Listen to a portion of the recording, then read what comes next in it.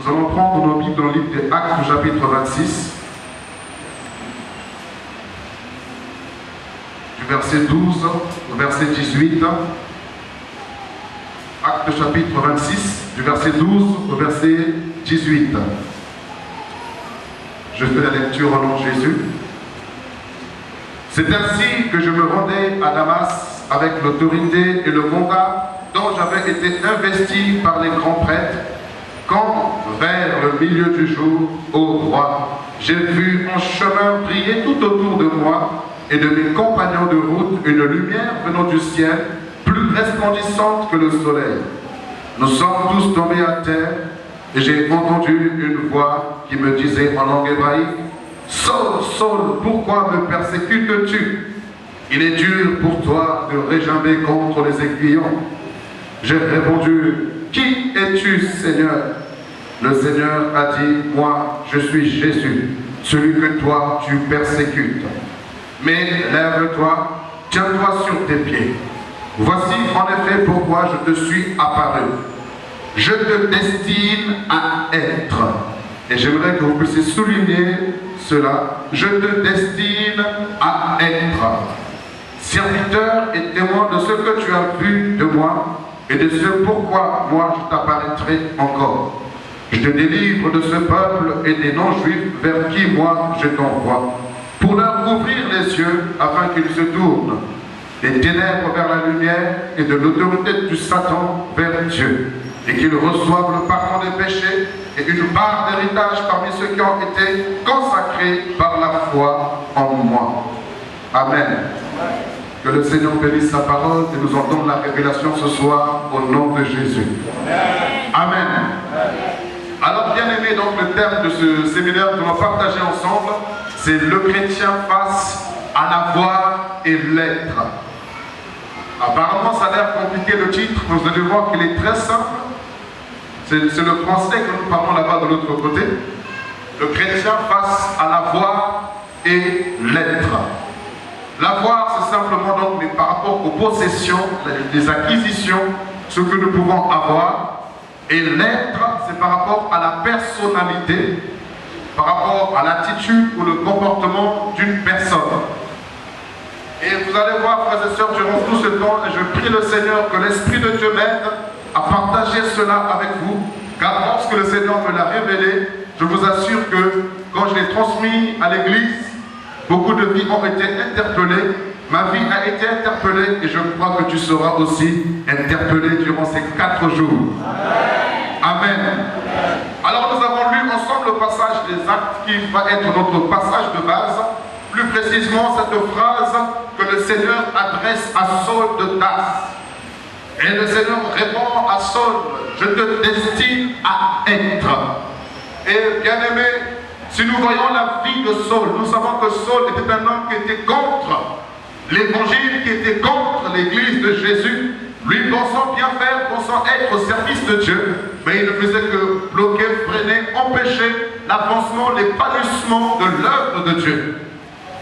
Et le Seigneur, dans son amour, dans sa bonté, il s'est révélé à lui alors qu'il se rendait à Damas pour aller accomplir les œuvres pour lesquelles les souverains sacrificateurs l'avaient investi pour accomplir à Damas. Le Seigneur se saisit de lui et le Seigneur va le secouer en lui faisant comprendre que Saul, Saul, pourquoi me persécutes-tu? Il dit: mais qui es-tu, Seigneur? Il dit: je suis celui que toi tu persécutes, mais lève-toi. Et le Seigneur le dit: voici en effet pourquoi je te suis apparu. Je te destine à être. Alléluia. Si on lit ce passage, c'est que selon les dires de Jésus, c'est que Saul n'était pas. Saul pensait être, mais il n'était pas.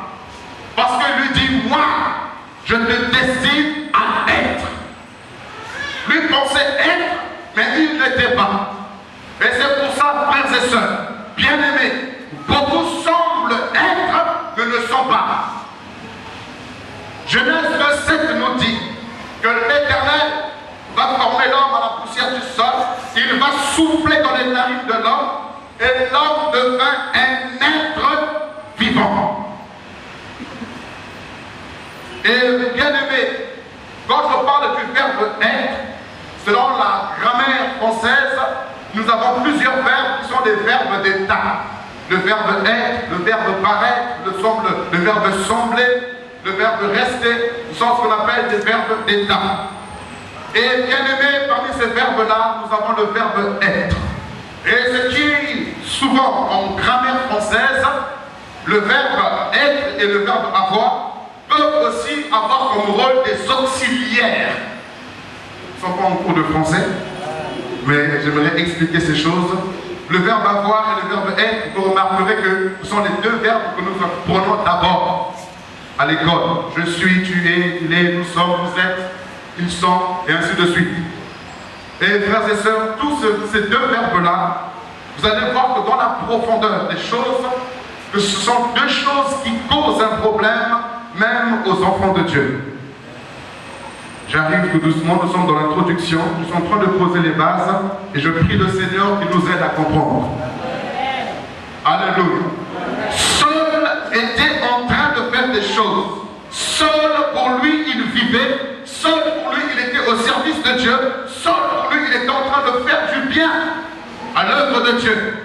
Mais lorsque l'Éternel s'est révélé à lui, il s'est rendu compte qu'il n'était pas, mais qu'il était à côté de la plaque. Et beaucoup d'enfants de Dieu pensent être, mais ne sont pas. Parce que le Seigneur, lorsqu'il ne s'est pas révélé encore à nous, nous tâtonnons, nous touchons à tout.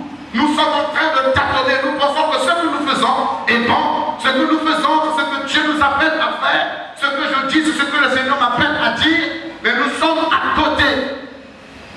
Mais nous voulons réellement que le Seigneur se révèle à nous, afin que nous soyons celui que lui veut que nous soyons.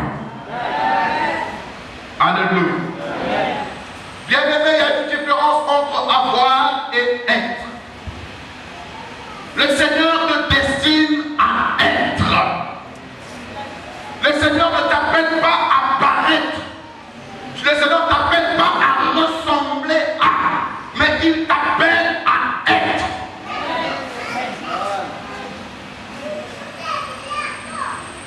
L'apôtre Paul dit dans le livre des Éphésiens que c'est par l'Église que le monde des ténèbres, que les anges déchus verront la sagesse infiniment variée de Dieu. Dieu ne fait pas des choses simplement pour qu'elles se ressemblent. Même si les choses se ressemblent, mais chaque chose a sa particularité.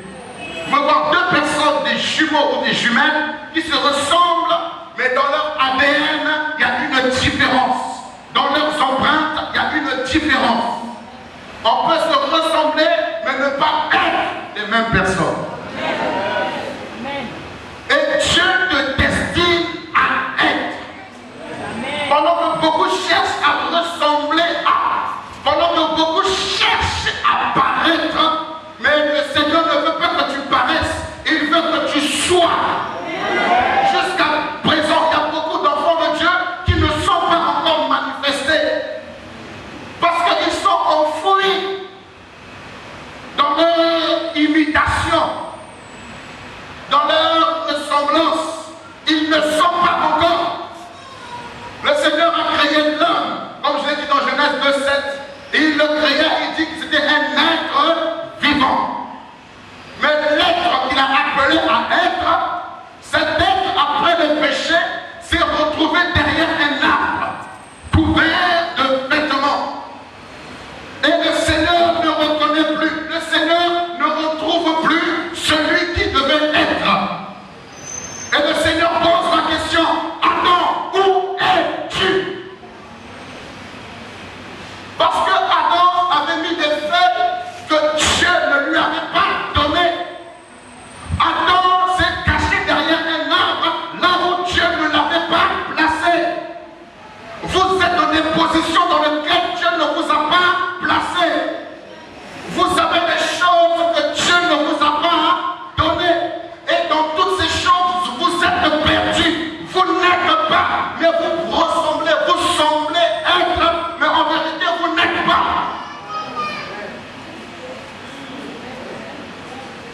Et c'est pourquoi je dis à Adam, où es-tu?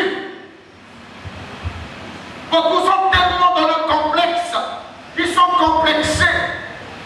Quand tu es complexé par rapport au grand, toi aussi quand tu seras devant le petit, tu vas aussi manifester le complexe de supériorité. Quand tu es complexé, tu as les deux, complexe de supériorité et complexe d'infériorité. Et à cause du complexe, tu vas chercher à imiter, tu vas chercher à ressembler, tu vas chercher à faire comme. Et quand tu cherches à faire comme, toi-même tu n'es pas, mais tu veux être l'autre. Est-ce que vous me suivez ce soir? Mais le Seigneur ne t'appelle pas à paraître. Dieu t'appelle à être. Vous savez, vous pouvez arriver dans une église où tout le monde, quand les gens se mettent à prier, quand tu arrives dans l'église complexé parce que tu ne sais pas prier, tu veux chercher aussi à faire. Et tu commences à faire le parler en langue, mais tu ne parles pas en langue, mais tu es en train de faire ce qu'on est. Et tu marches parce que tout le monde marche aussi. Parce que tu veux faire comme tout le monde, mais en vérité, tu n'as pas le niveau de l'église. Tout le monde en costume cravate. Quand tu arrives dans l'église, tu n'as pas encore les moyens, complexé par les costumes cravates ou par les tailleurs de femmes. Toi, tu vas chercher à ressembler. Et quand tu cherches à ressembler, tu n'es plus.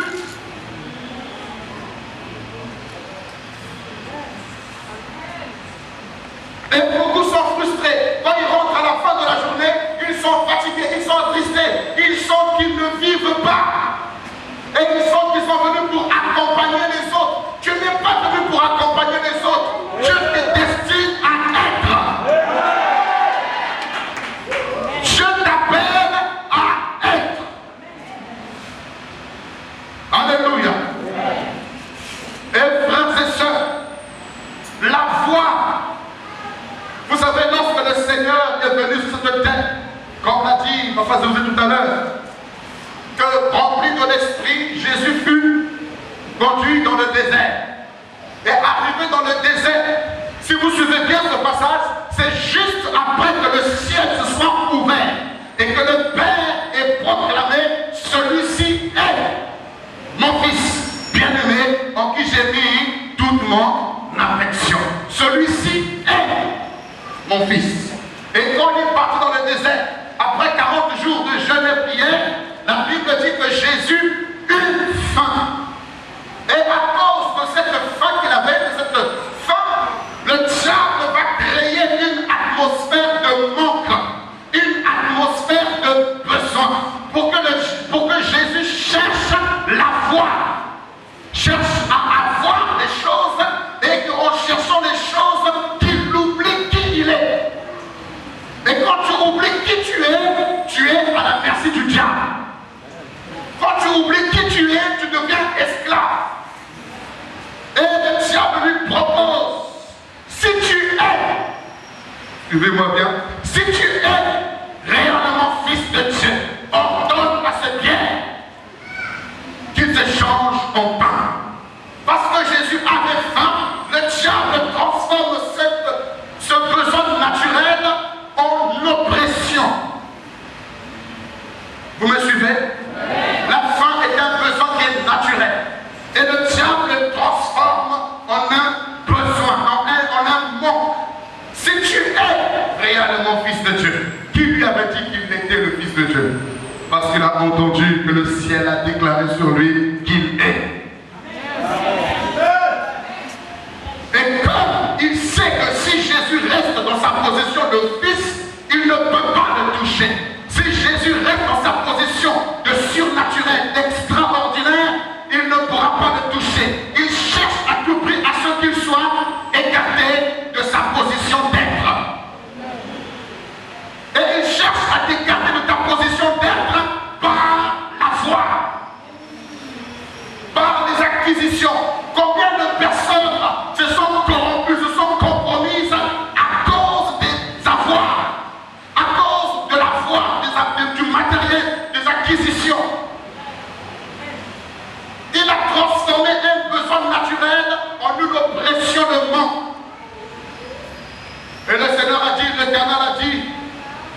Et l'homme ne se nourrira pas seulement de pain, mais aussi de paroles dans la bouche de Dieu. Si vous remarquez bien, tout ce que le diable lui propose, ce sont des choses matérielles de la foi.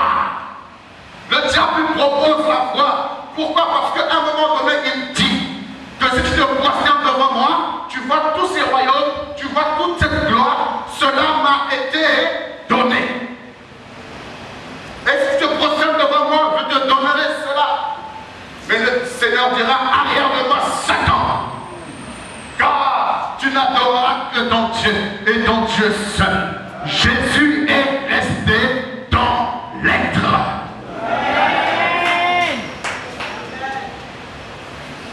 Vous me suivez toujours? Le Seigneur t'a placé dans une position. Aujourd'hui, vous remarquerez qu'à cause des besoins naturels, il y a beaucoup d'enfants de Dieu qui sont oppressés, qui sont fatigués, qui sont attristés, qui sont abattus, qui remettent leur communion avec Dieu en question, qui remettent leur foi en cause, parce que le manque naturel est changé en oppression.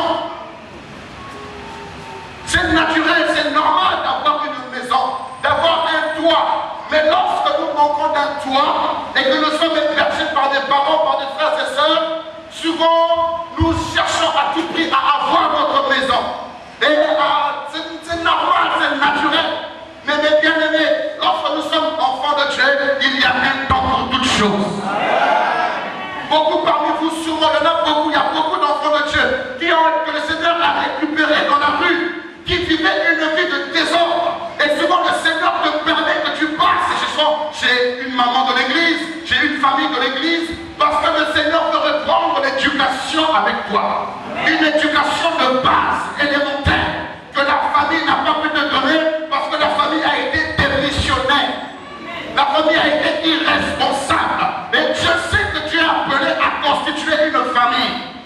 Appelé à te marier, à avoir des enfants. Et si tu as l'éducation de la rue ou du débrouillardisme, tu risques de communiquer ça aux enfants. Dieu te prend et te place dans une famille de l'église. Mais toi maintenant le diable vient. Tu ne vois pas que tu es mal à l'aise ici. Tu rentres un peu et puis tu ne vois pas comment on te regarde ici. Tu ne vois pas comment on te parle ici. Et ne serait-il pas bon que tu cherches ta propre maison? Et ce besoin se change en oppression.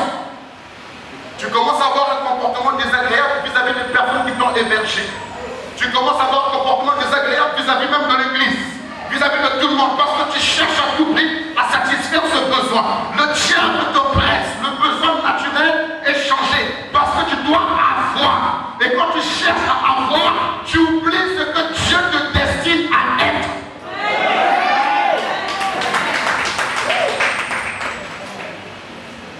Vous me suivez? C'est normal de chercher un travail. C'est normal de ce que tu puisses travailler. Mais quand tu ne trouves pas de travail, oh bien-aimé, Dieu n'est jamais en retard. Dieu sait faire toutes choses en son temps. Et le manque de travail t'oppresse. Le manque de travail amène à carrément te décourager, à baisser les bras. Mais mes bien-aimés, quand tu négliges l'être, tu vas chercher à développer la foi. Est-ce que vous me suivez? Je peux continuer? Regardez un homme comme Elimelech. Il était Éphrasien, il était à Bethléem de Juda. Bethléem, maison du pain. Bethléem. Mais Elimelech se dit à cause de la famine, allons à Moab. Or Moab est issu de l'inceste entre, comment il s'appelle, Lot et ses filles. Et vous allez voir que Moab était un peuple vraiment plein d'immoralité. Et voilà que Elimelech va quitter Bethléem, la maison du pain de Juda, pour aller à Moab. À cause de la famine, à cause du manque, il a oublié qui il était et il est parti se rendre à Moab. Et là-bas, il a trouvé la mort, ainsi que ses fils qui ont trouvé la mort. Quand tu quittes ta position où Dieu t'a placé pour la foi, pour les acquisitions, pour le matériel, tu te compromets, tu deviens esclave. Tu perds ton identité, tu perds ta valeur et tu deviens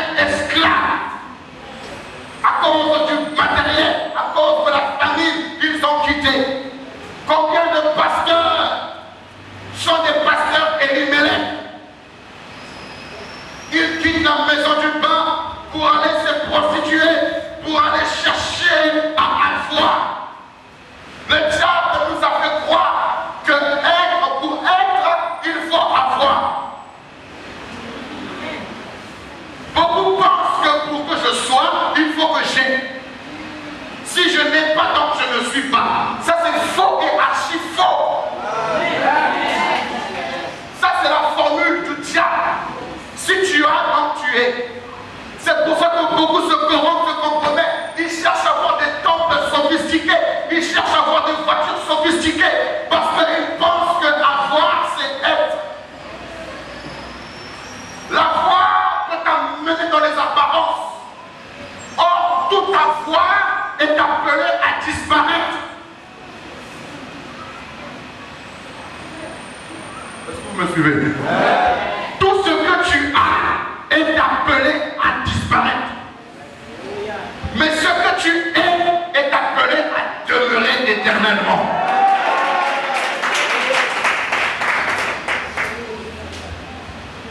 Quand ils sont partis, quand Elimelech est parti à Moab, quand il est mort, ses fils, 10 ans après, la Bible dit que l'Éternel avait visité Bethléem. Il y avait l'abondance.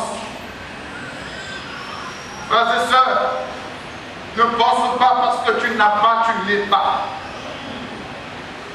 Nous sommes face à la voie et l'être. Quand tu n'as pas, tu penses que tu te sens diminué en tout. Quand tu n'as pas, tu penses que tu ne sers à rien sur la terre. Quand tu n'as pas, tu penses que tu n'as pas de valeur. Mais laisse-moi te dire que tu peux avoir une villa, tu peux avoir une voiture, tu peux avoir des beaux vêtements, mais toutes ces choses sans toi n'ont aucune valeur. C'est moi